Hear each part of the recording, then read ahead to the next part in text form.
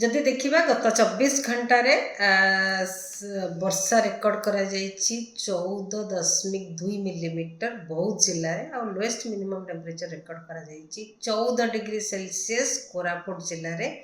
ता सहित एवं जदि देखा फोरकास्ट देखा आगामी 5-7 दिन जाए वर्षा हबार बेसी संभावना नहीं। पाग मुख्यतः सुखिला किंतु उपकूलवर्ती जिला मानक पाग किछि स्थान रे पाग मुख्यतः मेघुआ रहिबार संभावना रही। सहित जदि तापमात्रा देखा न्यूनतम तापमात्रा राति तापमात्रा 2 ରୁ 4 डिग्री ह्रास पाइबार संभावना रही आगामी 3 दिन जाए। ता परवर्ती टाइम रे टेम्परेचर मिनिमम टेम्परेचर विशेष किछि चेंज हबार संभावना नहीं। आता सहित फॉग किछि स्थान रे फॉग सालो टू मॉडरेट फॉग रियलाइज होईछि। आगामी 24 घंटा मध्य भी सालो टू मॉडरेट फॉग हबार संभावना रही।